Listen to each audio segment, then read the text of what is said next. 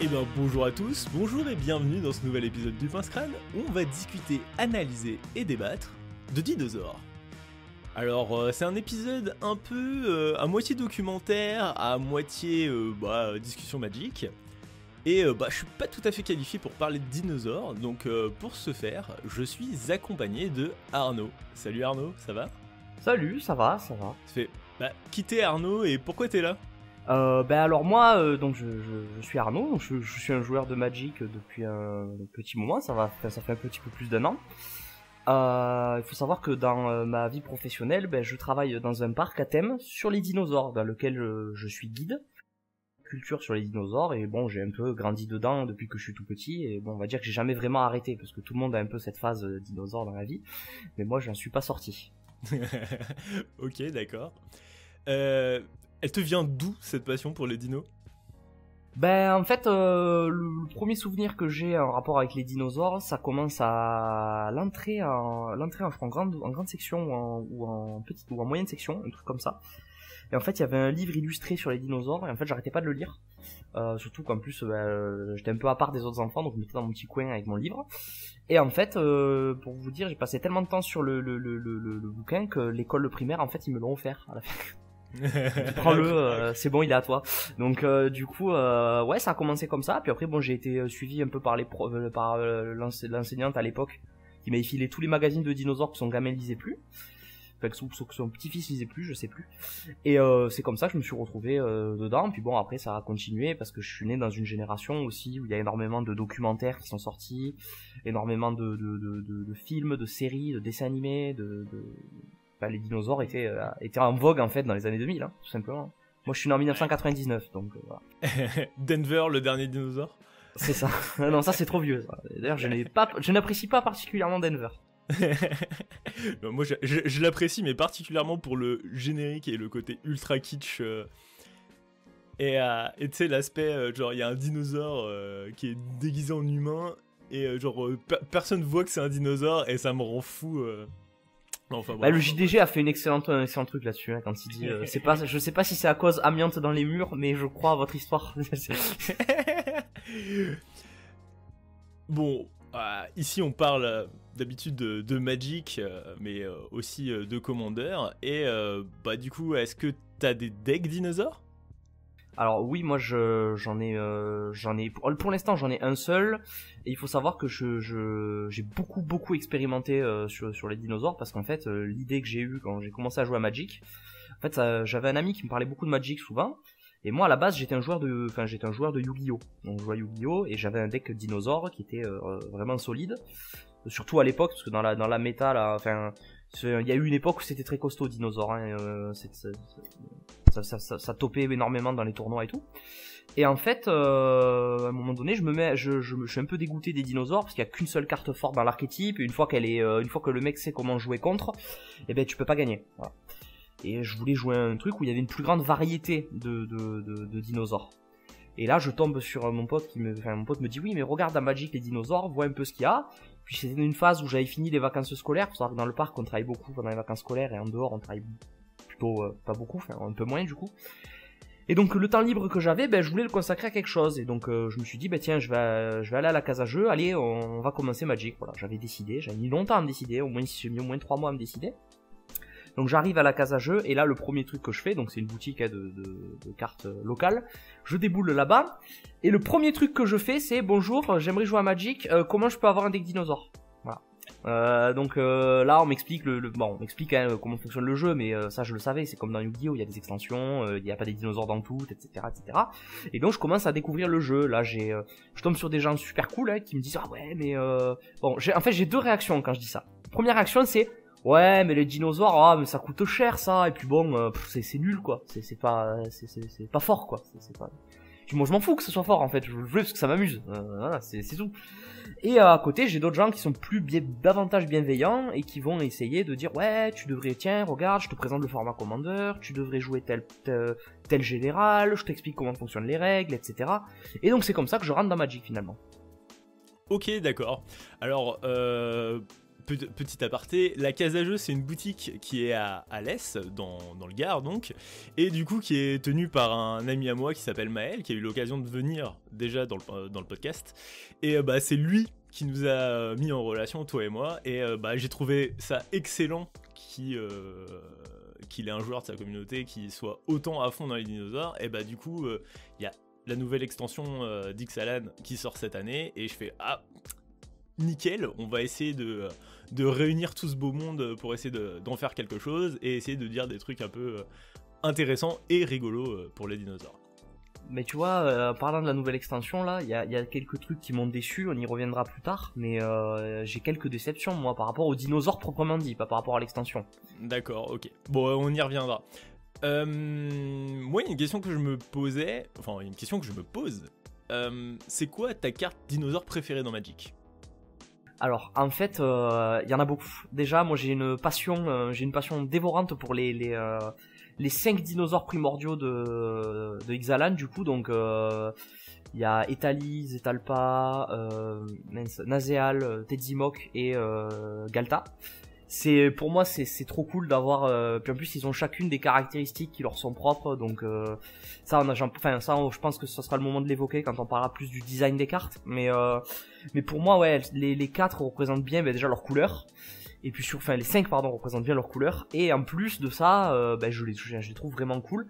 Et donc moi, l'idée que j'avais eue, puisqu'on m'en parlait tout à l'heure, tu m'as posé la question de si j'avais un deck, justement, c'est que le deck dinosaure, moi j'ai toujours voulu le jouer en 5 couleurs, j'ai fait beaucoup d'expérimentation dessus. Le problème, c'est qu'il n'y a pas de dinosaure 5 couleurs à proprement parler. Il y a bien Morophon, mais qui est autant le docteur qu'un dinosaure qu'un robot, hein. Donc parce que c'est un changelin tout simplement. Donc j'ai testé beaucoup de choses en 5 couleurs, et moi mon idée c'est de jouer cela parce que c'est vraiment mes dinosaures préférés. Après, si je devais en choisir qu'un, j'aime beaucoup Guichat aussi, et surtout celui qui, quand il arrive en jeu, se bat contre les autres. Je l'aime beaucoup. Donc c'est l'Altisor du Zénith. Il dit quand il arrive, il a un trigger qui fait qu'il se bat contre une autre créature, et s'il a été blessé, il peut se rebattre encore, et donc ça c'est vraiment très intéressant parce que pour le coup c'est un des dinosaures qui a le plus d'impact en fait quand il arrive sur le tapis. En général, ça fait très mal. Un de mes dinosaures préférés, c'est un des primordiaux, c'est bleu, c'est Nezaal. C'est vraiment un de mes dinosaures préférés, non seulement parce que du coup il est bleu, c'est un petit peu atypique parce que les dinosaures sont plutôt couleur Naya, donc blanc, vert, rouge. Donc celui-là il est bleu, il fait piocher énormément de cartes, il fait piocher à chaque fois qu'un adversaire lance un sort non créature. Donc en commandeur, typiquement ça arrive beaucoup, dès qu'il y a quelqu'un qui joue un mana rock, tu vas piocher une carte. Il peut pas être contrecarré, c'est une 7-7, il dit qu'on n'a pas de limite on n'a pas de limite à nos mains, donc on peut avoir autant de cartes qu'on veut. Et il se protège lui-même aussi, parce qu'il dit que si on se défausse de 3 cartes, on peut l'exiler et le renvoyer sur le champ de bataille au début de la prochaine étape de fin. Donc en fait c'est un dinosaure qui est très très complet en termes de capacité, et surtout il coche beaucoup de cases qu'on aime cocher en commandeur. Tu comprends maintenant mon entêtement pour jouer les 5 couleurs, oui, du coup. Et du coup, tu parlais de l'Altisor du Zénith. Effectivement, je suis d'accord avec toi, c'est une excellente carte en commandeur. D'ailleurs, c'est une des seules Vras vertes qui existent finalement. Après, avec les 10 d'endu, il va pas non plus, en multi par exemple, il va pas non plus tuer l'intégralité du board. Bon, après il y a toujours moyen de faire des petites combos rigolotes en mode en fait il est indestructible jusqu'à la fin du tour. Là c'est rigolo. Ouais, c'est rigolo. Et d'ailleurs il a été récemment réédité dans le nouveau préconstruit Dinosaure qui est sorti, qui s'appelle, d'ailleurs ce préconstruit s'appelle le Velociraptor, qui est un nom... Alors, à la fois je le trouve over the top et très rigolo, à la fois je pense que je bosse chez Wizard, il y a un mec, il me dit « Ah, j'ai trouvé un titre incroyable pour le préconstruit », il me dit « Velociraptor », je pense que je le vire. C'est le même avec le mec qui passe par la fenêtre. Exactement, je pense que je le... Eh, tu dégages, tu sors. Enfin bref, nouveau préconstruit autour des dinosaures. D'ailleurs il y a un préconstruit pour chaque tribu d'Ixalan, donc vampire, dinosaure, pirate et ondin. Qu'est-ce que t'as pensé de ce préconstruit? Parce que j'imagine que c'est un produit que t'as regardé attentivement. Que j'ai acheté même. Soyons honnêtes, je l'ai acheté. Effectivement. En fait, moi j'avais quelques attentes, autour. Et je suis assez content de ce qui a été fait parce que par exemple il y a des cartes qui ont été mis dedans, par exemple le Behemoth Royal aussi, qui était pas un dinosaure à l'origine, c'était je crois un reptile, non pas un reptile, c'est lézard je crois, l'autre archétype là qui fait un peu doublon avec les dinosaures. Et dans ses premières éditions il était comme ça, et puis après il a été erraté en dinosaure, donc c'est cool de le voir réédité en dinosaure dans le pack. Et il y a aussi l'Altisor du Zénith, c'était une plaie pour le trouver en français, il était beaucoup en anglais, donc je suis assez content pareil qu'il ait été réédité. Et sur le concept du deck, moi j'aime bien le général, mais je le trouve un peu je sais pas, je trouve que ça aurait pu être fait différemment, parce que les dinosaures manquent en fait d'un général pas trop cher. À la limite, moi je préfère l'autre général, le second commandeur qui malheureusement n'est pas un dinosaure, hein, puisque c'est un humain, et je sais plus, humain et chaman je crois. Humain et guerrier, ouais. Ouais, humain et guerrière, voilà. Et c'est une dresseuse du coup qui fait en sorte que les dinosaures se battent entre eux et qui double les triggers de rage, puisque faut savoir que la rage dans Magic c'est quand même la mécanique des dinosaures, c'est-à-dire que quand les dinosaures subissent des blessures, eh bien, ils font rentrer une capacité déclenchée dans la pile. Et bon, cette capacité, il va y avoir plusieurs trucs. Par exemple, l'Altisor du Zénith, ce qui fait qu'il se bat à chaque fois, c'est parce qu'il a été blessé. C'est son trigger de rage. Et beaucoup de dinosaures ont cette mécanique. Donc, sur le papier, il est très bien. Mais encore une fois, je peux lui reprocher que c'est pas un dinosaure. Ok. Alors, du coup, les deux commandants dont on parle, c'est le premier, le face commandant, donc le commandant principal du deck, c'est Pantalza protégé du soleil, qui coûte 5 dans les couleurs Naya, c'est une 4-4, et il dit que à chaque fois que Pantalza protégé du soleil ou qu'un autre dinosaure arrive sur le champ de bataille, sous notre contrôle, on peut découvrir X étant l'endurance de ces créatures, on peut le faire qu'une seule fois par tour. Donc en gros, découvrir c'est un ersatz de cascade. Effectivement, je trouve que c'est un peu plat comme mécanique. C'est quelque chose qu'on a vu un petit peu plein de fois, bref, dans les designs de Magic. Du coup, c'est pas hyper intéressant ni thématique. Concernant le second commandant, tu as très bien décrit ce qu'il faisait. Elle est illustrée, donc c'est Wayta Dresseuse Prodige. Elle est illustrée par Magali Villeneuve avec une illustration qui est hyper cool en contre-plongée. Mais du coup, Pantlaza, c'est quoi comme dino? Alors, on retrouve donc sur la carte en fait, on retrouve en fait pas mal de dinosaures différents en fait, mais on est quand même sur un truc très je vais utiliser le pouvoir du néologisme, on va créer un mot là, mot valise. C'est un raptoridé, c'est un raptoriforme, voilà. C'est un truc qui ressemble vaguement à un raptor. Après, il fallait que j'en parle de ça parce que j'ai parlé beaucoup de mon rapport avec Magic. Mais il y a un truc dont j'ai pas parlé, c'est que dans Magic, beaucoup de dinosaures ne sont pas réellement des dinosaures. Par exemple, Nazeal, elle est de type dinosaure dans le jeu, mais il faut savoir que ça ne peut pas être un dinosaure, parce que pour être un dinosaure, il y a des critères scientifiques. Enfin, il y a une classification scientifique. Et cette classification, pour vous donner un ordre d'idée un peu pour ceux qui nous écoutent, pour être classé comme un dinosaure, il faut être un reptile qui a les pattes tendues en dessous du corps et non sur les côtés. Et les reptiles marins, comme Nazeal par exemple, qui est un reptile aquatique, a les nageoires sur les côtés. Donc en fait, c'est pas un dinosaure, c'est un reptile marin. Mais comme c'est un reptile préhistorique, dans beaucoup de jeux de cartes et beaucoup d'univers de fiction, généralement on fait une grosse catégorie dinosaures dans laquelle on fourre tous ces reptiles préhistoriques, parce que c'est plus pratique à catégoriser pour le grand public qui connaît pas ces critères-là forcément, et ça permet aussi de plus de clarté, parce que s'ils avaient fait une catégorie reptile marin dans Magic, ça commence à faire un peu beaucoup de tribes inutiles. Déjà que je trouve qu'il y a pas mal de tribes qui sont là et qui sont des reliques du début du jeu et qui devraient être supprimées ou simplifiées. Ou erratés en dinosaure. Non mais erratés en autre chose. Hein. Par exemple, pour vous dire, moi j'aimerais bien que les chevaux, les licornes et les pégases soient tous des chevaux finalement en fait. Ouais, c'est vrai. Tribe unie. Bref, pour revenir sur Pantalza, Ouais, il y a ce côté très Raptor à l'intérieur, notamment on le voit parce que sur l'artwork de base, hein, sur l'artwork de base de la carte, il y a les pattes avant sont très développées, il y a les 3 doigts munis de griffes, donc on est vraiment pas sur un truc sur un autre dinosaure. Hein, puis bon, il y a ce côté très plumé aussi, mais Magic aime beaucoup mettre des plumes sur les dinosaures, même là où il n'y a pas lieu d'en mettre. Mais ça fait partie du charme aussi du truc, parce que moi je trouve que même quand il y a des plumes qui sont mises là où il faudrait pas, par exemple sur des dinosaures sauropodes, on n'a aucune preuve qu'ils aient des plumes, donc les sauropodes c'est tous les dinosaures qui ont un long cou et 4 pattes. Grosso modo. D'accord. Place sur 4 pattes, et qui ont une longue queue généralement aussi. Eux, ils ont pas de plumes.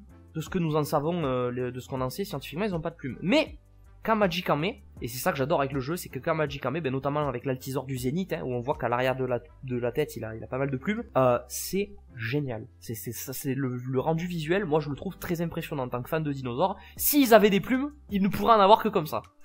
c'est ce qu'on se dit en les regardant. Mais en l'occurrence, on n'a pas de preuve de ça, voilà. Ok. Les plumes. Alors, moi, typiquement, c'est une question que je me pose. Est-ce que les dinosaures ont eu des plumes à l'époque? En tout cas, c'est une gimmick qui est à proprement liée à Ixalan dans Magic. C'est-à-dire que quand on va regarder les dinosaures des autres éditions, enfin des autres plans de Magic, eh ben ils en ont pas en fait des plumes. Ah oui, c'est vrai que j'avais jamais remarqué, j'avais jamais pris ça sous cet angle, mais c'est vrai que ouais, quand on regarde les autres plans, c'est vrai que le Tyrannax il a pas de plumes. Et que même tous ceux d'Ixalan, non, je crois que Galta en a un tout petit peu. Je suis en train de regarder sur l'artwork, mais je crois qu'il y en a un tout petit peu. Mais oui, ouais, c'est vrai que pris comme ça, je savais pas ça. Et donc du coup, est-ce que les dinosaures avaient des plumes ou pas? Alors, pour cette question-là, elle est assez technique en fait, mais on peut la vulgariser assez facilement. Hein. L'idée de base, c'est de se dire que les plumes ont une utilité. Elles servent à quelque chose. Et on le sait à quoi elles servent, hein, en observant des animaux actuels, on sait qu'elles ont un rôle qui va être, contrairement à ce qu'on pense, non pas le vol, mais essentiellement de la thermorégulation et de la protection contre le milieu extérieur. Le vol est venu après. Dans l'histoire évolutive des dinosaures, le vol est venu après. Mais on pense que dans un premier temps, les plumes, elles avaient ce rôle-là de thermorégulation. Et donc en fait, si on tient compte des différentes règles du vivant, là, on peut essayer de faire une matrice qui permet de vérifier si un dinosaure il a des plumes ou pas. Je vous donne les clés de compréhension. En fait, déjà, il va falloir tenir compte de l'environnement dans le dinosaure en question vivait. Si le dinosaure vit dans un environnement chaud, type tropical, et qu'il est très grand, il y a peu de chances qu'il ait des plumes. Plus un animal est grand, plus il va produire de chaleur. Ça, c'est une des règles fondamentales du vivant. Hein. C'est quand un animal à sang chaud est très grand, il produit beaucoup de chaleur, et donc il va avoir besoin d'évacuer la chaleur et de s'en débarrasser. Parce que sinon, il va surchauffer, il peut faire une hyperthermie, hein, tout simplement. Hein. Donc en fait, un animal de très grande taille, il n'a pas besoin de s'isoler du milieu extérieur. Au contraire, il faut qu'il puisse davantage communiquer avec le milieu extérieur pour évacuer la chaleur de son corps. C'est ce qu'on observe notamment, par exemple, chez l'éléphant d'Afrique, où il a des très grandes oreilles. Ces oreilles, elles servent à évacuer la chaleur. Donc chez les gros dinosaures, par exemple le T-Rex, voilà, prenons un truc que tout le monde connaît, probablement qu'à l'âge adulte il en avait pas. Parce que il est très grand, il produit beaucoup de chaleur, il vit dans un environnement qui est relativement chaud, donc s'il avait des plumes, en fait, il suffoquerait de chaud, quoi. En fait, il mourrait de chaud, tout simplement. Alors que par contre, chez des dinosaures de plus petite taille, ou même chez des bébés, par exemple, genre des jeunes tyrannosaures, il est possible qu'ils aient eu des plumes. Puisqu'en fait, ils avaient besoin de se protéger du milieu extérieur et que les plumes, tant qu'elles ont une utilité de thermorégulation ou qu'elles ont une utilité quelconque, il n'y a pas de raison que le dinosaure il en ait pas. Donc à l'heure actuelle, les 3 questions qu'il faut se poser, c'est 1, dans quel environnement vit l'animal, 2, quelle taille fait l'animal, et 3, ça va être, est-ce que dans sa famille, on retrouve des traces fossiles de plumes? Parce que oui, les plumes ne se fossilisent pas dans la plupart des cas, mais ça arrive qu'on en retrouve. Sur certains fossiles très très bien conservés, notamment certains fossiles chinois, on retrouve des traces de plumes. Et c'est comme ça qu'avec ces 3 critères-là, on arrive à savoir quelle famille de dinosaures a des plumes, laquelle en a pas, et après, on fait au cas par cas, c'est-à-dire par espèce et par genre. Ok, d'accord. Alors, il me semble qu'il y a beaucoup de oui-dire qui comparent en fait les dinosaures à des oiseaux. Notamment, il y a beaucoup de blagues qui les comparent à des poules ou à des poulets. Tu vois, typiquement, je pense il y a une nouvelle carte du préconstruit qui s'appelle le Raptor Furieux. qui est une 5-5 pour 5 piétinement, qui dit qu'à chaque fois qu'un dinosaure que vous contrôlez subit des blessures, il inflige autant de blessures à n'importe quelle cible qui n'est pas un dinosaure. Et on dirait vraiment un poulet, quoi. Ah oui, on dirait une bande de poulets. Mais alors là, je vais devoir tuer le mythe aussi, là, je suis désolé, hein. Mais vous voyez le Vélociraptor de Jurassic Park, donc Blue, justement Blue en plus qui a eu droit à sa version dans l'extension avec Jurassic Park, enfin Jurassic World en l'occurrence. Mais en fait, il faut comprendre un truc, c'est que le Vélociraptor que tout le monde connaît, ce gros animal énorme qui fait presque 2 mètres, 2 mètres 50 de long et 1 mètre 80 de hauteur, ça n'existe pas en fait. Il y a des raptors de grande taille, hein. Il y en a qui font 1m60 de haut, 3 mètres de long, mais le plus grand c'est Utahraptor, il fait 5 mètres de long et 2 mètres de hauteur, donc lui il est grand. Mais hors sortie de l'Utahraptor, qui a des plumes hein, d'ailleurs, hein. De ce qu'on en sait, on suppose qu'il a des plumes. Sortie de lui, beaucoup de raptors sont relativement petits. Notamment le Vélociraptor, puisque c'est un nom qui est associé à une espèce animale, hein, dont on a retrouvé les squelettes. Le Vélociraptor, il fait 2 mètres de hauteur, 1 mètre de long. 2 mètres de long, 1 mètre de hauteur. Donc, littéralement, dans Jurassic Park, vous savez le petit gamin dans le premier film qui dit oui, c'est juste une grosse dinde. Mais c'est lui qui a raison, en fait, hein. Alan Grant, il dit, il t'ouvre peut-être le ventre, la griffe d'un Vélociraptor, elle est toute petite. C'est les autres droméosauridés qui vont être grands, par exemple Deinonychus, Utahraptor, Atrociraptor, je crois qu'il est pas très grand. Mais voilà, vous avez ces animaux-là en fait qui du coup ont une fausse image, et c'est pour ça que j'adore moi justement cette carte, déjà parce que son effet est incroyable, c'est pété, hein. Il y a plein de moyens de finir une partie avec, notamment avec pyrohépatite, en ayant le board plein de dinosaures, ça peut être vraiment très violent. Pour ceux qui savent pas ce que c'est, pyrohépatite, c'est un enchantement qui coûte 4 dont 2 rouges et qui permet de payer 1 rouge pour infliger 1 à toutes les créatures. Et donc en fait, vous infligez 1 et si vous avez le board plein si vous avez 10 dinosaures on board, vous après une résurrection de masse ou après un coup de guichette très très costaud, vous allez tuer des gens, quoi, parce que vous allez pouvoir redistribuer 21 de dommages pour 1 mana rouge, vous faites 21 de dommages sur un joueur, c'est pas mal, hein, comme moyen de finir la partie. Mais tout ça pour dire que voilà, ces raptors je les aime beaucoup parce que leur artwork il est vraiment très très beau, on retrouve les plumes très colorées, ils sont en train de courir, ils sont plusieurs, c'est très très sympa, ils sont en train de dévaler une pente, c'est incroyable, moi je les adore. Si je devais en choisir une du préco, ça serait celle-là, même s'il y en a d'autres que j'aime beaucoup aussi, hein. Il y en a une que j'ai oublié, le vert avec vigilance qui fait piocher, il est bien aussi. Quand un dinosaure touche un joueur. Ouais, l'altisor curieux, c'est ça ? Voilà, c'est ça, l'altisor curieux, ouais. Alors pour 4, c'est une 2-5 vigilance portée qui dit qu'à chaque fois qu'un dinosaure que vous contrôlez inflige des blessures de combat à un joueur, piochez une carte. Je l'aime beaucoup parce que c'est très très cool d'avoir des dinosaures comme ça qui ont pas mal de mots-clés. Et c'est ce qui manquait, moi j'ai envie de dire, c'est ce qui manquait à l'archétype en fait avant l'extension. C'est-à-dire que pour piocher, on était obligé... Enfin, moi, quand je jouais un deck vraiment tribal dinosaure et je jouais en 5 couleurs, j'étais obligé de jouer un découverte des congénères pour piocher. Alors que bon, c'est pas ultra thématique, vu que c'est quand même une carte qui, en termes d'artwork en tout cas, est associée aux ondins sur un des artworks. Mais ouais, après bon, maintenant je joue les deux, mais je veux dire, voilà, les dinosaures, ça manquait aussi de cartes comme ça, là, qui ont des effets tribal. Ce que j'appelle des cartes de support, globalement, ouais. Ouais, voilà. Mais ça manquait de ça, en fait. Voilà. Ça manquait de ce type de support. Parce qu'il y en avait d'autres qui avaient ce genre de truc. Et pour revenir à ce que je disais tout à l'heure, sur certaines cartes qui sont appelées dinosaures sans en être, par exemple, dans les 3 dinosaures, dans les 5 dinosaures primordiaux, vous en avez 2 qui sont pas des dinosaures. Et c'est qui le deuxième, du coup ? Puisque Naséal, c'est pas un dinosaure. C'est Zetalpa, puisque c'est un reptile volant. Et qu'il faut savoir que les ptérosaures, donc tous les reptiles volants de l'époque des dinosaures, ont bien partagé la Terre avec les dinosaures, ont bien vécu en même temps qu'eux dans les mêmes périodes et dans les mêmes environnements, mais ils ont les pattes arrière davantage sur les côtés qu'en dessous du corps. Donc en fait, ils sont pas des dinosaures. Ils ont un ancêtre commun avec les dinosaures, mais qui est beaucoup plus loin que l'ancêtre commun que partagent ensemble tous les dinosaures. Donc c'est un cousin éloigné, quoi, en fait, finalement, hein. D'accord, ok. Alors, j'en profite tant que tu parles encore des dinosaures primordiaux pour un petit easter egg.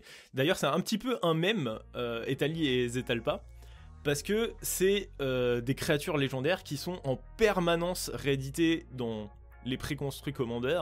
Vraiment, on les voit vraiment à toutes les sauces, au point où Zetalpa, on comptabilise 12 versions de la carte, et Etalie, je pense que c'est le dinosaure le plus réédité. On a 16 versions de la carte.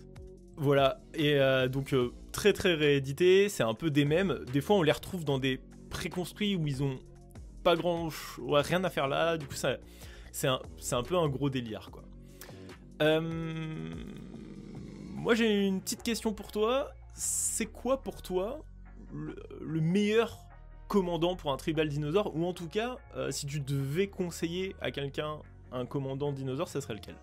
Alors, moi j'ai un gros problème avec malheureusement avec les seuls commandants de dinosaures, c'est que bah, déjà ils ont pas toutes les couleurs. Alors je sais que moi je suis dans la communauté Magic dans laquelle je joue, j'ai beaucoup de gens qui me disent mais arrête, tu abuses, c'est bon, t'es pas obligé d'avoir 5 couleurs pour jouer ta tribu là. Mais bon après c'est les mêmes qui disent ouais mais tu joues Kenrith comme général et tu joues Kenrith comme général et c'est pas un dinosaure, c'est un humain. Ou alors tu joues le pont prismatique, mais c'est un dieu, c'est pas c'est Issika et le pont prismatique là, c'est la carte à double face de Kaldheim.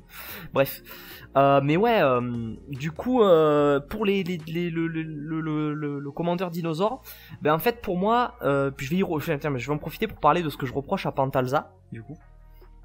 C'est que à Pantalza du coup, c'est que ce que je lui reproche, c'est que pour moi ça aurait pas dû être découvrir X, ça aurait dû être découvrir un dinosaure à X. C'est-à-dire jusqu'à ce que tu tombes au lieu en mode la cascade la découverte est un peu sortie de son texte d'origine et où tu ne peux découvrir mais que un dinosaure. Tu t'arrêtes que quand tu tombes sur un dino en fait. Ça aurait été bien parce que ça aurait permis de jouer un deck un peu plus avec des petits dinosaures que tu buffes, etc. Mais en jouant des gros dinosaures, ça aurait permis d'aller chercher des gros, etc. Ça aurait été pas mal. Et ça aurait permis, ouais, de garder la thématique dinosaure. Parce que là, pour le coup, ce qui est intéressant, c'est que quand un dinosaure entre sur le champ de bataille. Donc bon, ça reste quand même limité à la tribu, mais c'est dommage parce qu'on va aller chercher des trucs qui sont pas forcément des dinosaures. Après, Zakama, ben je l'aime beaucoup. Pour moi c'est lui que je choisirais. Alors pourquoi? Parce que Guichat fait peur en fait. Moi quand je jouais en multi, avant que je jouais Guichat justement comme général, il m'était impossible de toucher une fois avec. En fait, c'est trop compliqué. Peut-être trop prévisible aussi. Hein. Toucher avec et c'est trop prévisible. Et en fait on retombe dans ce que je te disais justement au tout début, quand j'ai arrêté de jouer à Yu-Gi-Oh avec mon deck dinosaure. Tout simplement parce qu'en fait, ben c'est ça, c'est trop prévisible. Tu vas avoir ta carte maîtresse et les autres joueurs savent que si ta carte maîtresse tu ne peux pas la sortir, tu pourras pas jouer. Parce que le but de Guichat aussi c'est de se dire ok je mets beaucoup de très gros dinosaures parce que si c'est pour taper révéler 7 puisque je rappelle qu'on révèle par rapport au nombre de blessures, donc imaginons qu'on tape, on touche un mec qui a pas de bloqueur ou qui bloque pas, on révèle 7, ben en fait sur la révélation des 7, si on tombe sur 4 landes et 2 dinosaures de 2, ben en fait voilà le coup de Guichat c'était inutile quoi. Bon après il a beaucoup de mots clés donc ça peut aussi ça il tient le board quoi, il a quand même une présence sur le tapis quoi, et en termes de dégâts de commandeur voilà c'est une force avec laquelle il faut compter quoi.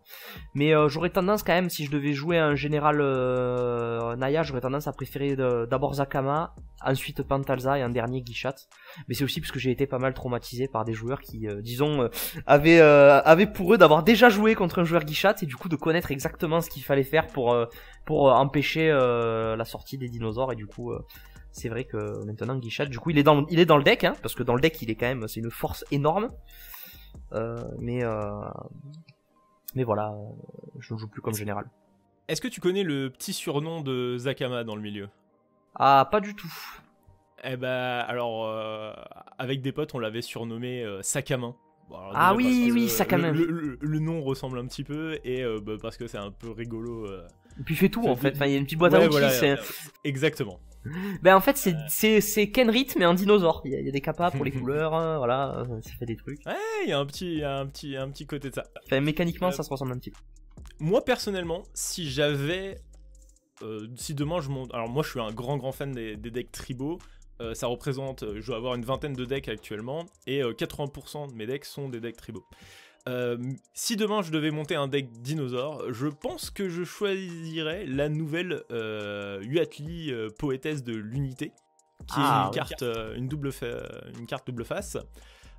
Sur sa face recto, c'est une 2-3 pour 3 qui, quand elle arrive sur le champ de bataille, elle nous dit qu'on peut chercher un terrain de base et le mettre dans notre main. Donc dès qu'elle touche au champ de bataille, du coup elle fait un peu de CA, c'est cool. C'est un commandant à 3, du coup c'est pas très cher. Et pour 5, on peut l'exiler et la retourner. De l'autre côté, c'est une saga à 4 chapitres. dont le premier chapitre nous dit on pose un dinosaure 3-3 vert.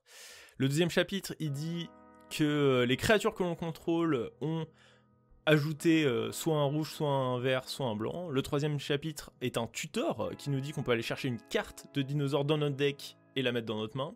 Et le chapitre 5, c'est en gros une ruée qui dit que les dinosaures que l'on contrôle acquièrent la double initiative et le piétinement, non pas le lien de vie, jusqu'à la fin du tour, ce qui est déjà pas mal. Oui, ça bourre. J'aime particulièrement ce commandant, déjà parce que il coûte pas très cher, il touche le champ de bataille, il fait du CA, et en fait tu payes 5 et il y a à boire et à manger, salade tomate oignon, la saga fait tout. Cela dit, il faut noter que au 4e chapitre de la saga, elle disparaît, et du coup, si c'est ton commandant, elle va certainement retourner en zone de commandement. Moi, c'est pour ça que je l'aime pas trop, parce qu'en fait, ça aurait été bien quand même qu'elle se retransforme, parce que je la trouve quand même chère pour être transformée en une saga, qui finalement, l'impact sur le board va être quand même assez limité. Alors, c'est sûr que c'est très fort avec d'autres cartes. Moi, je pense qu'un combo avec d'autres dinosaures, avec un deck bien construit, ça peut clairement faire le taf, parce que le côté tous les dinosaures ont la double init et le piétinement jusqu'à la fin du tour, le tour il va saucer. Mais le problème c'est aussi que ça rend le tour prévisible, c'est à dire qu'ils savent qu'au 4e niveau de la saga ça va piquer quoi, donc ils vont garder les Fog, ils vont garder les Vras pour ce moment là, et c'est pour ça qu'à mon avis ça va être un peu le même problème qu'avec Kishat. Mais après ouais, la carte est vraiment très très cool. Moi c'est surtout qu'elle est chère à transformer quoi. J'aurais préféré qu'il y ait une condition pour la transformer, genre avoir 3 dinosaures et elle, c'est le petit truc que je trouve dommage. Et aussi le fait qu'elle revienne pas en tant que saga, mais bon après ça c'est normal, on peut pas demander à un personnage qui bon certes est costaud dans le lore de Magic d'être aussi fort que les Praetor Firaxian qui reviennent en saga et en normal, en saga et en normal, donc c'est vrai que bon. Moi je jouerais la carte, tu dis qu'elle est prévisible, c'est le cas globalement, cela dit... déjà elle fait je trouve qu'elle fait du card advantage qui est vraiment intéressant. Ah oui, les 2 tokens dinosaures, parce que je crois que t'avais dit 1 en plus, mais elle en fait 2. Ouais, elle en fait 2, my bad, elle en fait 2. Son deuxième chapitre dit que tant que la saga est là, tes créatures font du mana. Ça fait un peu tout ce qu'on veut dans une partie de Commander, c'est-à-dire du card advantage et du mana. Le côté tutor est vraiment cool, et en fait c'est peut-être ça le côté un peu imprévisible et adaptatif de la carte, c'est-à-dire que en réalité, même si le chapitre 4, on le voit arriver, le tutor, tu vas choisir à peu près ce que tu veux. Tu vas pouvoir jouer la carte que tu tutors immédiatement, parce que du coup, t'as le mana à ta disposition. Et en fait, voilà, le tutor est vraiment un côté adaptatif, c'est-à-dire que le board, il est complètement rempli, et tu peux complètement aller chercher l'altisor du Zénith. T'as besoin de piocher, tu vas chercher le dinosaure qui fait piocher. T'as besoin de faire un effet, je sais pas, t'as besoin de faire un peu du CA, tu peux aller chercher une des 2 versions du Atli, d'Etali, pardon. Ça reste quand même, une belle boîte à outils, quoi. Ah, il fait des trucs. Ça c'est clair, ouais, non. Après, ouais, c'est vrai que les 2-3-3, enfin, c'est surtout le deuxième palier, c'est vrai que quand t'as besoin de sortir beaucoup de dinosaures, là au moins... Alors, tout à l'heure, tu parlais de l'enchantement, tu sais, qui a infligé 1 à toutes les créas. Ça m'a fait penser à un truc, ça m'a fait penser à une carte d'Ixalan, premier du nom, qui s'appelle Étoile de l'extinction, qui est un rituel qui coûte 7, et qui dit que tu détruis le terrain ciblé, et que l'étoile de l'extinction inflige 20 blessures à chaque créature et à chaque planeswalker. Donc forcément, j'ai envie de te poser la question, comment ont disparu les dinosaures ? Malheureusement la carte étoile de l'extinction d'Ivray. Alors il faut savoir que c'est un sujet qui est quand même relativement compliqué, dans le sens où des catastrophes comme celle-là et d'une ampleur comme ça ont généralement plusieurs paramètres. C'est-à-dire que ce qu'on étudie dans les grandes extinctions de masse, pas que celle des dinosaures mais celle d'avant, on se rend compte assez vite qu'il y a plusieurs paramètres. Il va y avoir une notion de volcanisme, il va y avoir une notion de déséquilibre naturel, de tremblement de terre, de réagencement des continents, de transformation de l'environnement qui empêchent qui sont trop rapides pour les animaux qui n'ont pas le temps de s'adapter. Cela dit, pour les dinosaures, il est démontré scientifiquement par l'étude des roches qui se trouvent notamment dans au-dessus de la péninsule du Yucatan, donc quelque part dans le golfe du Mexique, qui se trouve là-bas un cratère de 180 km de diamètre et de 20 km de profondeur. Donc ce cratère, il a été laissé il y a 66 millions d'années, d'après la datation des roches qui se trouvent au fond du cratère. Alors je vous rassure, hein, le cratère il est plus là. Quand je dis que ça se trouve au fond, le cratère a ensuite été rempli de sable, de gravier et de sédiments, qui du coup ont occupé l'espace. Mais en fait on retrouve un bourrelet de roches solides. Et le milieu, lui, il est rempli par des roches qui sont beaucoup plus friables et sédimentaires, ce qui laisse supposer que oui, il y a eu un impact d'un astéroïde.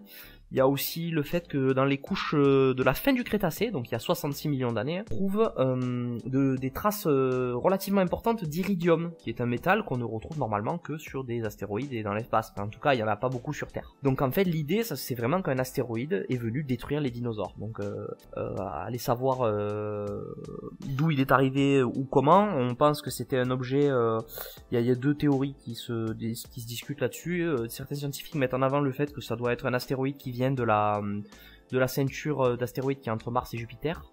Pour d'autres, c'est un objet qui tournait dans le système solaire depuis sa formation et qui malheureusement a croisé le chemin de la Terre. Ou plutôt heureusement pour nous, parce que sans l'impact de cet astéroïde, on a du mal à imaginer le développement des mammifères, l'apparition des primates et l'apparition des premiers humains. C'est-à-dire que dans un monde dominé par les dinosaures, l'existence de l'humanité aurait été absolument impossible. Donc voilà, c'est à cause d'une grosse météorite, un gros caillou si je puis... si je puis simplifier dans ces termes. J'ai pas donné la taille, le caillou en question, hein, quand je dis caillou, en fait il faisait 10 km de diamètre et il a percuté la Terre à 60 000 km/h. Donc c'est pas un petit caillou, hein. C'est un gros morceau de roche, plus grand que la plus grande montagne sur notre planète. Puisque à l'heure actuelle, la plus grande montagne sur notre planète, c'est l'Everest qui culmine à, je sais plus, 8800 ou 8400, je sais plus, mètres d'altitude. Donc, Ok. Est-ce que tu connais le premier dinosaure de Magic ? Pas du tout, parce qu'en fait j'étais pas là à ce moment-là, du coup vu que je suis quand même un joueur qui est relativement récent. Donc... Et ben le premier dinosaure de Magic, c'est le Fongosaure qui quand il a été édité donc dans Alpha, hein, donc dans la toute première édition de Magic, c'était son type de créature était Fongosaure. Donc il s'appelait le Fongosaure, son type était Fongosaure. Il a été il a été erraté. Aujourd'hui, il est fongu et dinosaure, donc à moitié dinosaure, à moitié champignon. Ce qui est assez rigolo parce que du coup, aujourd'hui, dans les cavernes d'Ixalan, il y a une grosse thématique autour des champignons. Et du coup, c'est une 2-2 pour 4 qui dit qu'à chaque fois qu'il subit des blessures, on met un marqueur +1/+1 sur lui. Donc pour ceux qui regardent sur YouTube, vous avez l'image des 3 différentes illustrations. Donc il a été édité en alpha avec une illustration qui est horrible et dégueu. Il a été réédité un peu plus tard où il ressemble vachement plus à un lézard.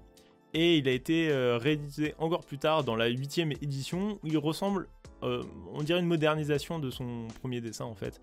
Ça ressemble à quelque chose d'existant ce truc-là ? Non, j'ai bien peur que non. Cela dit, on retrouve le truc qui est caractéristique sur la dernière version qui a été refaite. Un truc qui est assez caractéristique des dinosaures théropodes, c'est-à-dire un pied muni de 3 griffes, donc de 3 doigts. Ça, c'est ce qu'on retrouve chez tous les dinosaures théropodes. Donc, vous savez, quand tout à l'heure tu parlais du parallèle qu'on fait entre les dinosaures et les oiseaux, il faut savoir que les oiseaux sont, à proprement parler, des dinosaures. Il n'y a pas de différence suffisante pour qu'on classe les oiseaux à part des dinosaures. Donc les oiseaux sont une famille à part entière de dinosaures. Incroyable. C'est pour ça que les poules ont 3 doigts, comme les raptors par exemple. Alors, faut savoir que en fait d'ailleurs les oiseaux n'ont pas 3 doigts mais 4. Il y a un ergot, mais on l'oublie souvent parce qu'ils touchent pas le sol. Et c'est le cas chez les dinosaures aussi. Ils ont 4 doigts mais il y en a que 3 qui touchent par terre. Ok. Le deuxième dinosaure de Magic, il est apparu bien plus tard. Il est apparu dans Ice Age. C'était une 2-2 pour 3 qui avait traversé des marais. C'est le Pygmy Allosaurus. Pour le coup, il ressemble vachement plus à un dinosaure, à un lézard, à un raptor, je suppose. Alors là, on a un truc qui est caractéristique sur lui, c'est que ce qu'il faut regarder, c'est que sur l'artwork, en fait, peut-être je vais donner une petite astuce là pour différencier les dinosaures. C'est que, par exemple, quand vous observez un dinosaure qui possède moins de 3 doigts, donc en l'occurrence 2, quand un dinosaure a 2 doigts, il est automatiquement classé parmi les tyrannosauridés.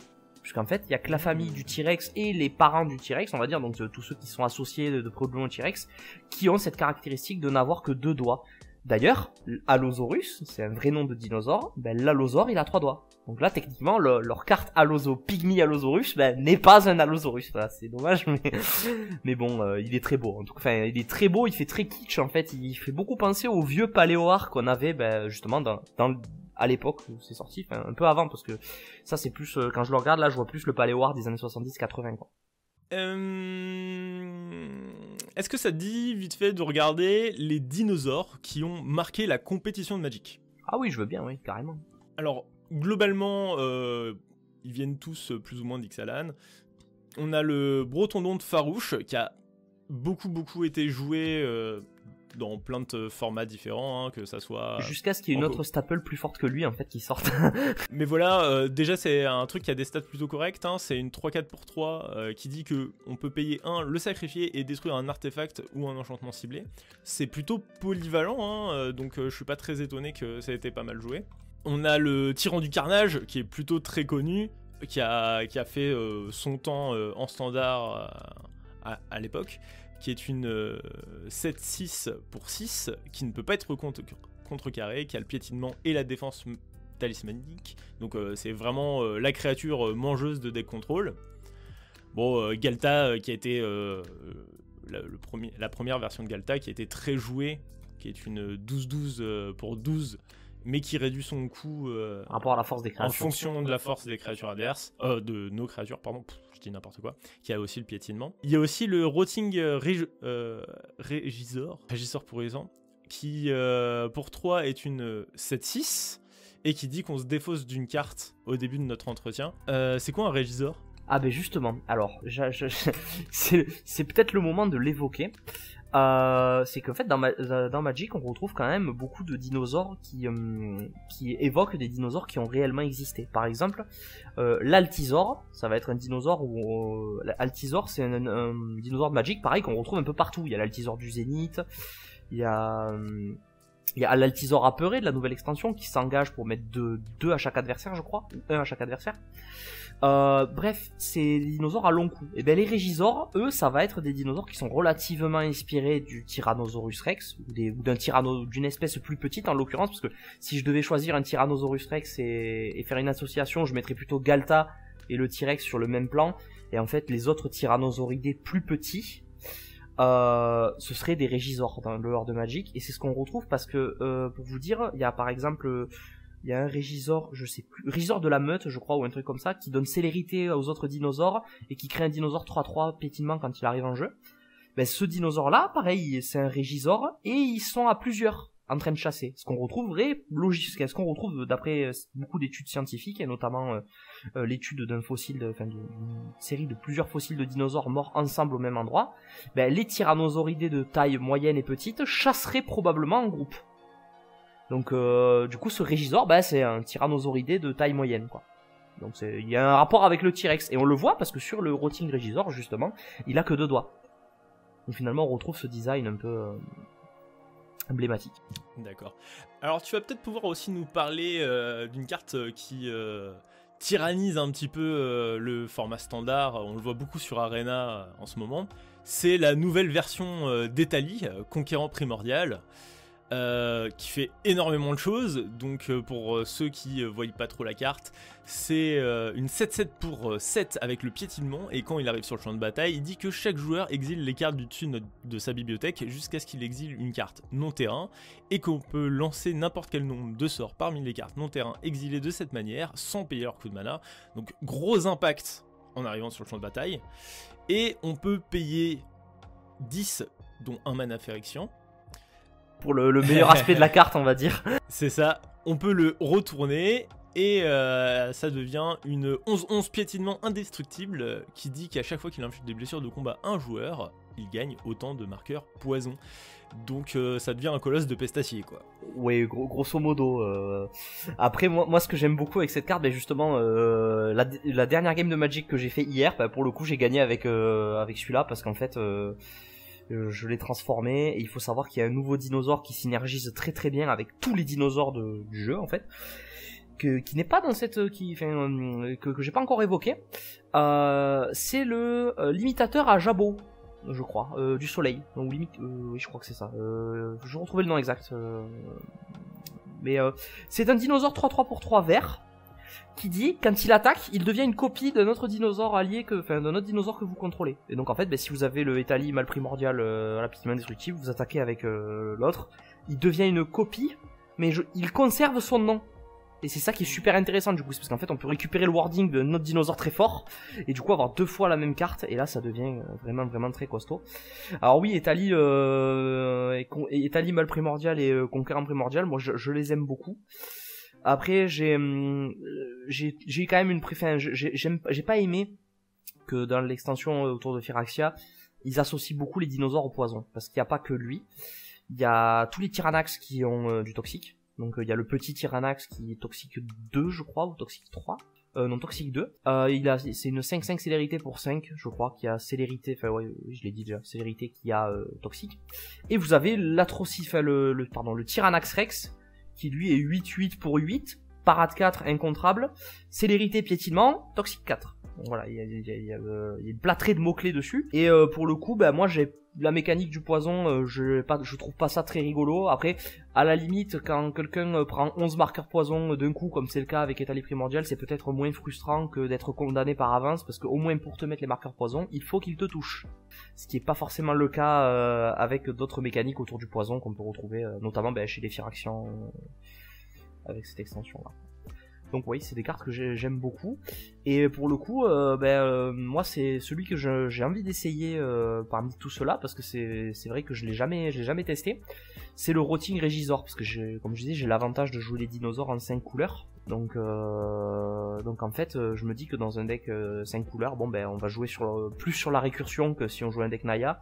Et du coup, le Rotting Regisor, voilà, il permet de défausser des gros dinosaures pour derrière...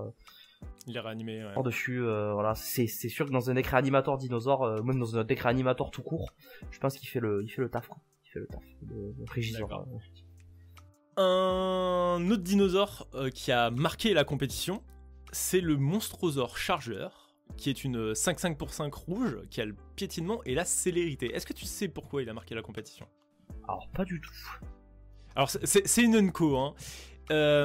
En fait, c'est un... Donc voilà, c'est une petite fun fact. C'est une carte qui a été jouée en side par notre champion du monde national Jean-Emmanuel Despraz. Donc à l'époque du standard dans IZ Phoenix, c'était joué en side.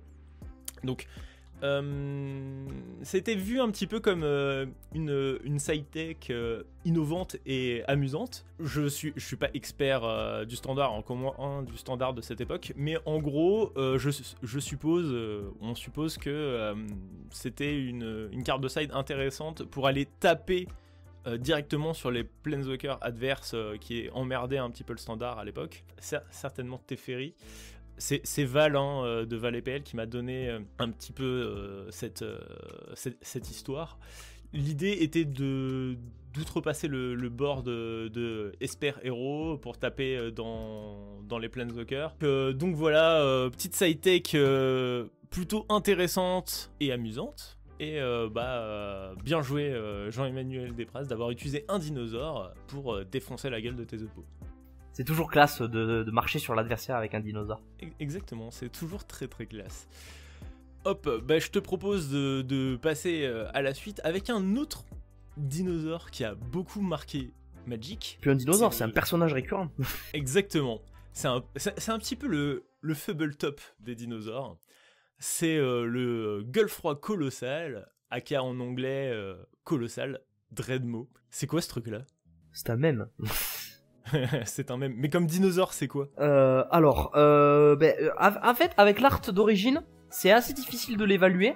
Mais en fait, quand on regarde le Gueulefroid fantasmatique du coup et le nouveau Gueulefroid trembleterre de la dernière extension, on peut supposer que c'est un tyrannosauridé quand même, puisqu'il a toujours ces fameux... Il a 2 doigts. Ah, attends, je crois que j'en vois un 3e. Mais en fait, ça va être un tyrannosauridé ou un allosauroïde, parce que il va avoir... Alors un allosauroïde, c'est quoi? Ça va être un gros dinosaure carnivore qui généralement a 3 doigts. Voilà. Et c'est un gros truc, les allosauroïdes, il y a tout dedans. Il y a le Giganotosaurus, qui est très connu grâce au dernier Jurassic World. On va aussi avoir d'autres dinosaures plus petits... mais qui restent quand même des gros monstres par rapport aux autres aux dinosaures plus petits.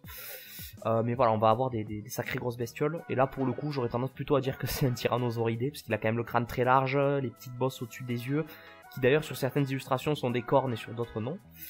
Mais voilà, on a quand même un design qui est assez évocateur. D'accord. Est-ce que tu connais un petit peu les origines du mème autour du Colossal Dreadnought ? Ce que j'ai compris, c'est qu'il est réédité tout le temps et que du coup ça fait vriller pas mal de gens en mode ah mais encore lui, mais c'est pas possible. Ouais, globalement c'est ça. Il a été donc imprimé à l'origine dans Ixalan premier du nom. Ah oui, dans Ixalan deuxième du nom, il est déjà là. Il revient déjà. Voilà, c'est ça. Il revient déjà à ce moment-là. En fait, il a été beaucoup réédité à la même période. Et du coup, Ixalan premier du nom, deuxième du nom, puis ensuite dans Magic 25. M19 et M21, puis on l'a retrouvé aussi dans le Jumpstart bien après. Donc voilà, c'est un petit peu un truc un peu récurrent de manière générale. Magic étant dans un jeu qui a un petit peu conscience de lui-même, un truc un peu méta, du coup il s'amuse. Et du coup on a eu le Gulfroth fantasmatique, et plus récemment on a eu la colère du Gueule Effroi, puis le patron, le Gueule Effroi Trembleterre. Peut-être qu'un jour on aura un Drenmo commandant. Un Drenmo 5 couleurs, s'il vous plaît. Non mais en vrai, ouais, moi ce que j'aime bien, c'est qu'après, voilà, j'ai vu beaucoup de gens me dire ah mon dieu, mais c'est du power creep. Le fait que le nouveau, justement le papa, il fasse la même chose que l'ancien, mais qu'en plus il fait piocher. Sauf qu'à l'époque, la 6-6 pour 6 piétinement, c'était déjà pas fou. Hein. De ce que j'en ai compris et de ce que j'en ai vu, c'était déjà pas la folie, quoi. Dans les mêmes un peu rigolos autour du Colossal Drenmo, du coup il y a tous les trucs qui disent ouais, est-ce que ça va être édité dans la prochaine réédition, du coup avec des images un peu marrantes.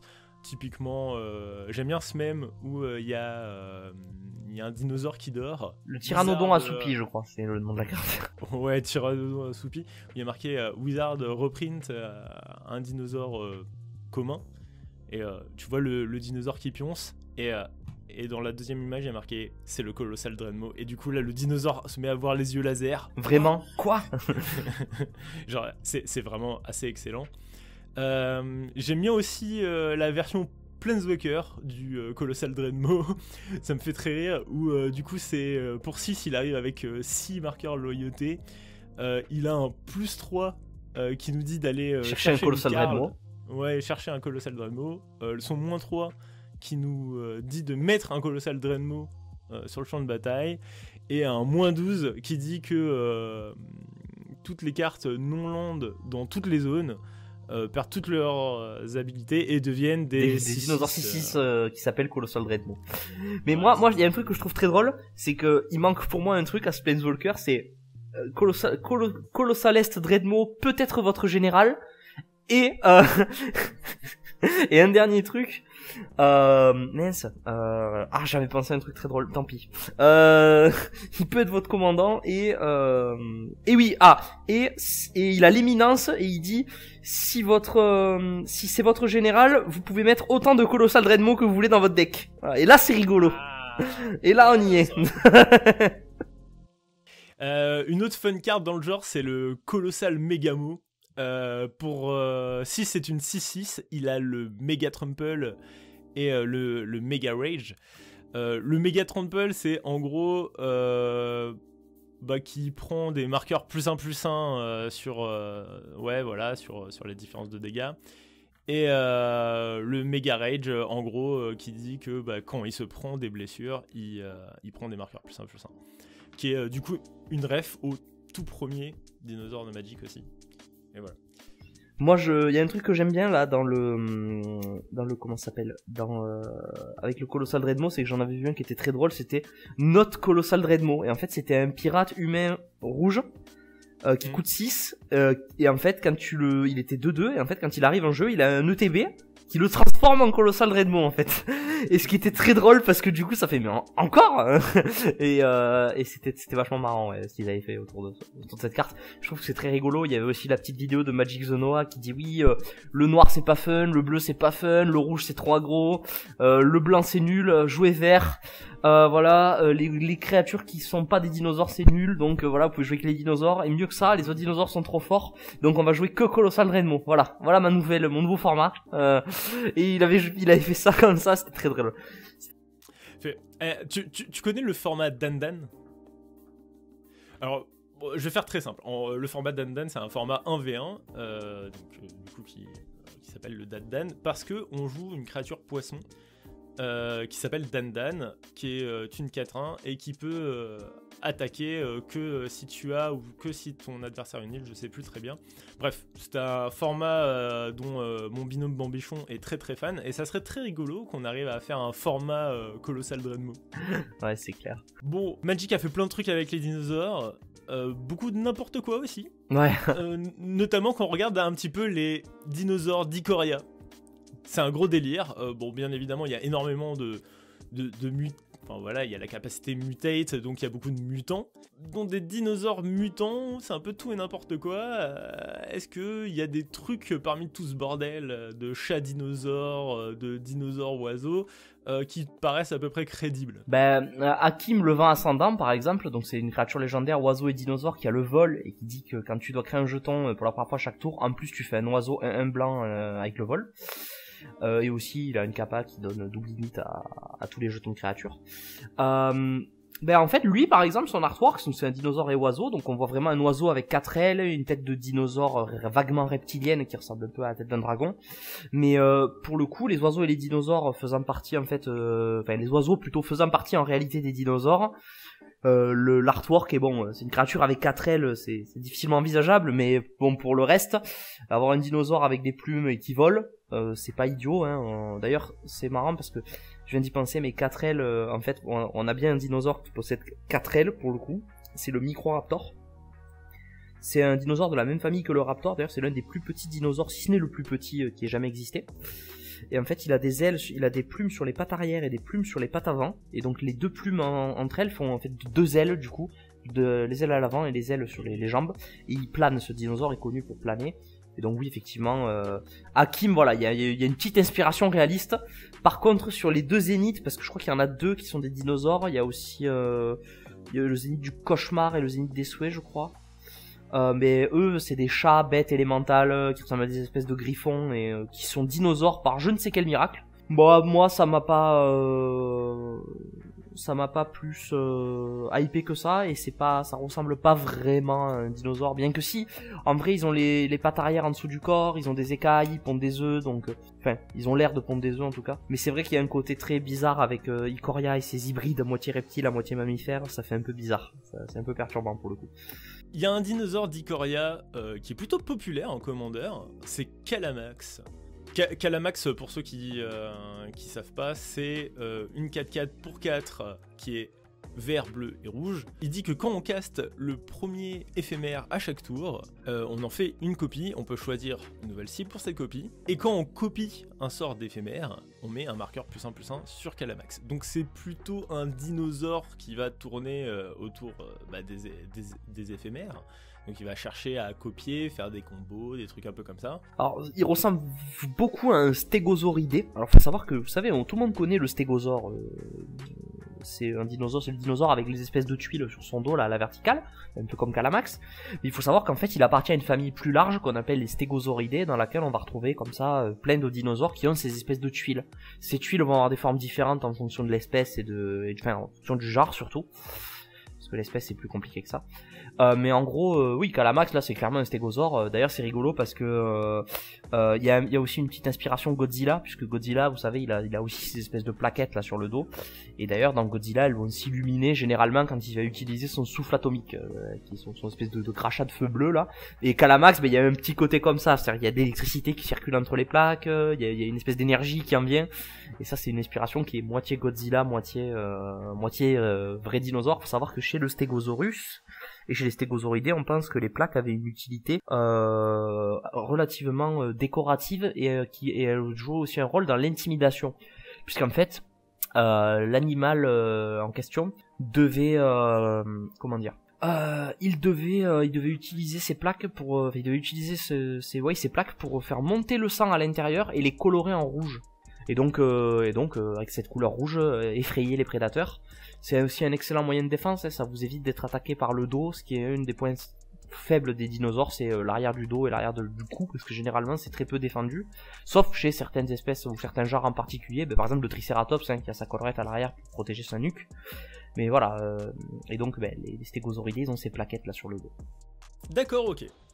Je l'aime bien moi, Calamax, je l'aime bien. Même si je ne l'ai pas encore joué, je n'ai pas encore eu l'occasion de le jouer, ça viendra peut-être. Moi aussi, c'est un design que j'aime bien, de manière générale, et puis même dans cette association de couleurs aussi. Je trouve ça cool d'essayer de jouer des instants avec du vert, bon parce que bleu-rouge globalement avec les instants on connaît bien, mais avec le vert en plus je trouve ça intéressant.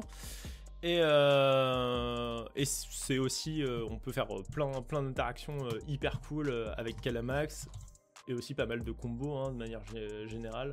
Je pense que la plus connue, ça doit être avec des cartes type déchaînement fureur, tu sais, un truc qui dit doubler la force de la créature ciblée. Donc en gros, si Calamax il est pas bloqué, en gros il prend des marqueurs, puis tu doubles, et du coup t'arrives très vite à 20, et bim dans ta gueule quoi. Il y a aussi un truc moi que j'aimerais bien tester, c'est avec l'enchantement bleu, c'est duplication vésuvienne je crois, ou un truc comme ça, et c'est un enchant bleu qui coûte 4 et qui dit quand vous ciblez une créature avec ou un artefact avec un éphémère ou un rituel, vous le copiez, la copie n'est pas légendaire. Et donc là on peut faire des trucs très rigolos, parce que du coup Calamax il va pondre 18 copies, parce que du coup rien qu'un seul spell qui vise Calamax, et en fait c'est 3 Calamax qui arrivent sur le board. Ça peut être très rigolo. On parle de combos, de dinosaures et de copies. Du coup forcément le premier truc auquel je pense c'est au Polyraptor, qui fait beaucoup de combos. Mais celle que je préfère, c'est celle qui est complètement tribale. Donc c'est celle entre le Polyraptor et le Raptor en maraude. Est-ce que tu veux nous parler de cette interaction et décrire un peu les cartes? Alors, le Raptor en maraude, c'est un dinosaure qui est pas cher, parce que c'est une 2-3 pour 2, qui dit les créatures que vous lancez coûtent 1 de moins à lancer, et à chaque fois qu'une autre créature arrive sur le champ de bataille sous votre contrôle, le Raptor en maraude lui inflige 2 blessures, et ensuite il va gagner +2/+0 jusqu'à la fin du tour, s'il a blessé un dinosaure de cette façon. Voilà. Donc en fait, c'est pas les dinosaures qui coûtent moins cher, mais par contre, s'il blesse un dinosaure avec son trigger d'arrivée, quand le dinosaure arrive en jeu, s'il le blesse, il va gagner de l'attaque. Il va gagner +2/+0. Et le Polyraptor, lui, c'est à chaque fois qu'il subit des blessures, il fait une copie de lui-même. Il fait une copie de base du Polyraptor. Donc en fait, je vous laisse imaginer un peu l'interaction, mais vu qu'à chaque fois qu'une créature arrive en jeu, le Raptor lui inflige de blessures, en fait, qu'est-ce qui va se passer? Vous allez avoir votre Raptor, vous allez jouer votre Raptor en maraude, vous allez jouer Polyraptor, et là, qu'est-ce qui se passe? En fait, vous avez fait une combo infinie qui fait une infinité de triggers d'arrivée de jeu, une infinité de triggers de blessures sur les dinosaures, mais qui ne vous fait pas gagner la partie. Donc en fait, vous allez terminer la partie sur un draw, puisque ça va se répéter à l'infini. Votre Raptor en maraude va mettre 2 à votre Polyraptor, votre Polyraptor va créer un nouveau Polyraptor, qui va de nouveau prendre 2, et lui-même créer un nouveau Polyraptor, le tout à l'infini. Du coup, on peut pas arrêter la boucle, sauf si on a des cartes qui le permettent. Voilà, par exemple, Bombardement de Gobelins peut faire gagner la partie si vous avez ça si vous avez Polyraptor ou Raptor en maraude et Bombardement de Gobelins, vous gagnez la game, puisqu'en fait, à mesure que les Polyraptors vont arriver, vous allez pouvoir les sacrifier ceux qui ont déjà été blessés, pour mettre des pings à 1 sur les joueurs, et donc vous faites une combo qui donne infini dégâts en fait sur le papier. Yes. Après si vous vous faites arrêter, ça fait une boucle infinie, ça fait une boucle infinie qui mène à un draw du coup. Bon, ça fait un moment qu'on est ensemble, toi et moi. J'ai une dernière question à te poser. C'est quoi selon toi le dinosaure IRL le plus sous-coté par le grand public? Alors, pour moi, celui qui est le plus sous-coté, et celui que j'aime bien, c'est un des premiers dinosaures de vraiment grande taille, c'est Plateosaurus. Alors, Plateosaurus, c'est un dinosaure, en fait, qui a un long cou, 4 pattes, et qui est un dinosaure prosauropode. Donc, en fait, c'est un cousin éloigné du Brachiosaure et du Diplodocus. Il a existé un peu avant eux, et c'est vraiment le prototype de dinosaure de grande taille. Il y a peu de gens qui le connaissent, il est relativement sous-coté. Et il faut savoir qu'en plus, c'est lui qui a laissé ses empreintes, en fait, par exemple, beaucoup en France. En Alsace, en Lorraine, mais aussi dans les Cévennes, c'est-à-dire dans la région d'Alès et ses alentours. Donc c'est un dinosaure qui est local en plus, c'est un dinosaure français, et qui est vraiment très cool, parce qu'il pèse 4 tonnes, il pèse 4 tonnes, il fait 10 mètres de long, et je crois que c'est 6 mètres de hauteur. Donc en fait, voilà, il avait des mains griffues, je te laisserai mettre une image au montage de toute façon, mais voilà, il devait mettre des sacrées tartes aux autres dinosaures. Donc c'est très très cool, et c'est là que les dinosaures ont vraiment commencé à régner sur la Terre, quoi, au début du Jurassique et à la fin du Trias. Ah, ça c'est un dinosaure bien de chez nous, qui met des calottes de forain. C'est ça exactement, il met des torgnoles. Ok, bon.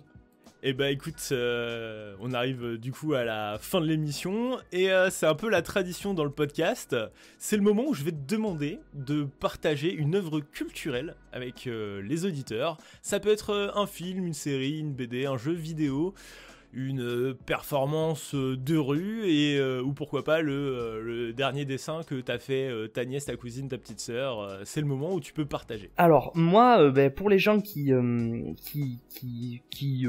trouvent que les dinosaures sont impressionnants et qui ont aimé par exemple, je sais pas, les Jurassic Park, etc., mais qui veulent avoir un truc plus sérieux, plus scientifique et plus réaliste, moi je conseille à tout le monde d'aller voir Préhistorique Planet, puisqu'en fait c'est un excellent documentaire sur les dinosaures, qui est disponible, je crois, chez Apple TV+, donc c'est moins cher que Netflix, par exemple. Et pour le coup, il y a 2 saisons, et ces 2 saisons où visuellement, en fait, vous allez prendre une claque visuelle. C'est-à-dire qu'en fait, visuellement, c'est très beau. Et puis les dinosaures qu'on vous présente ont le bon côté d'avoir tous vécu à la même époque, c'est-à-dire à la fin du Crétacé, puisqu'en fait le documentaire il est centré sur une seule époque, donc vous êtes sûr de pas voir des animaux qui ont rien à faire les uns avec les autres. Vous allez voir des animaux qui ont vécu au même endroit et au même moment les uns par rapport aux autres. Ce qui est très très intéressant quand on connaît pas grand chose sur les dinosaures. C'est un bon moyen de passer un bon moment, d'avoir du spectacle et en plus d'apprendre quelques trucs, donc c'est vraiment bien. Et pour finir, je rajouterai autre chose, parce que je vais quand même en profiter, tu m'excuseras pour faire ma propre pub. Mais il faut savoir qu'avec le travail, donc le parc dans lequel je travaille, on fait aussi des vidéos sur YouTube, donc sur la chaîne YouTube Dinopédia Découverte, dans laquelle j'incarne un personnage qui s'appelle Darwin Junior, du coup, et qui voyage dans le temps. Et donc en fait, il vous présente les dinosaures au travers de vidéos assez différentes, et sur un ton un peu décalé, c'est-à-dire qu'on fait pas mal d'humour, on est dans une optique très... j'ai envie de dire très JDGesque, c'est-à-dire qu'en fait on a vraiment été avec le collègue avec qui on fait ces vidéos, on a été très inspiré par le JDG, ce qu'il fait sur les jeux rétro, et on a décidé de faire pareil avec les dinosaures, c'est-à-dire qu'il y a un côté un peu, il y a de l'humour, il y a de la mise en scène, et c'est vraiment pas mal. Donc voilà, pour ceux que ça intéresse, allez-y, jetez-y un coup d'œil, ça vaut le détour. Bien évidemment, je mettrai un lien en description. Tu nous as parlé un peu de tes decks dino. Est-ce que tu arriveras à me filer une liste aussi pour que les auditeurs ils peuvent se donner une idée de ce qui est possible de faire avec les dinosaures? Alors c'est très très nul ce que je fais, mais oui y a pas de souci. Hein, bien sûr. Là de toute façon, par contre, là je suis en train de retravailler de la liste actuelle que j'ai. Parce que j'essaie d'incorporer les nouveaux dinosaures de l'extension, voilà. Donc oui, pas de souci. Ok, peut-être qu'à l'occasion on se fera une petite deck tech. Une petite deck tech dinosaure. Carrément, avec les nouveaux là, il y a moyen de faire des trucs bien, ouais. Ok. Moi aussi je vais partager un petit truc. Alors pour le coup ça n'a rien à voir avec les dinosaures. Moi il faut savoir que je suis un hippie notoire.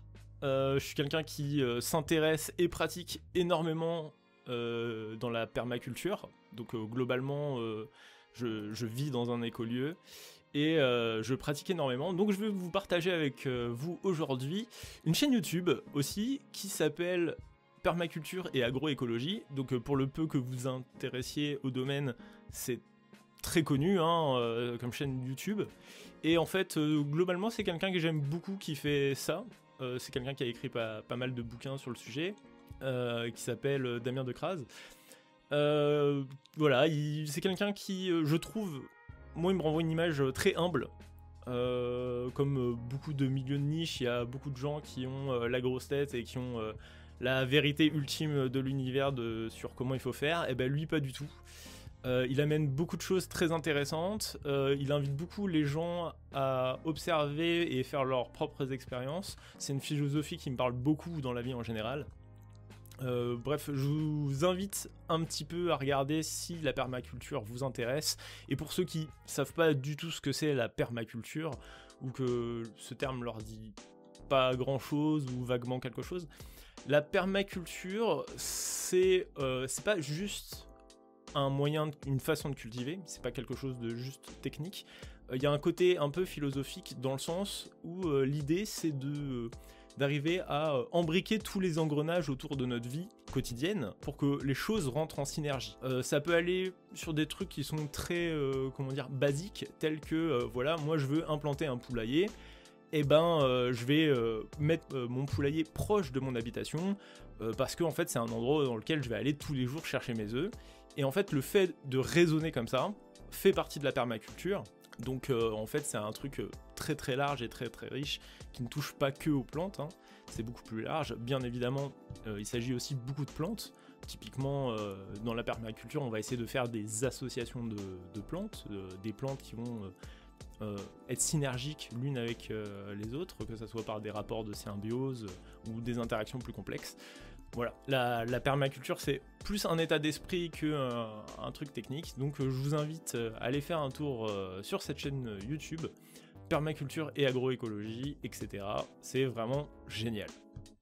En tout cas, merci aux auditeurs d'être restés avec nous jusqu'au bout, et merci à toi Arnaud d'être toi et d'avoir partagé toutes tes connaissances autour des dinosaures avec moi et les auditeurs. Merci de l'invitation. C'était vraiment cool. C'était la première fois que je participais à une émission de ce type, podcast, etc. Donc, merci. Ouais, je suis vraiment ravi. Je suis vraiment ravi de t'avoir. Je trouve que l'épisode est vraiment très très cool. En tout cas, n'oubliez pas que si vous aussi cet épisode vous a plu, vous pouvez le liker, vous pouvez vous abonner sur la plateforme de votre choix, que ça soit Spotify, Deezer, Podcast Addict, ou même et surtout YouTube. De même, si vous avez des remarques, des suggestions et des questions sur les dinosaures ou les dinosaures de Magic, n'hésitez pas à commenter ou venir m'interpeller sur Discord. Voilà, je suis plutôt à votre écoute. Peut-être qu'Arnaud y répondra même à vos questions sur YouTube. S'il a le temps. Ouais, pourquoi pas, ouais. En attendant, je vous souhaite plein de bons top decks et pas trop de Madades. C'était le Pince Crâne. Salut. À bientôt.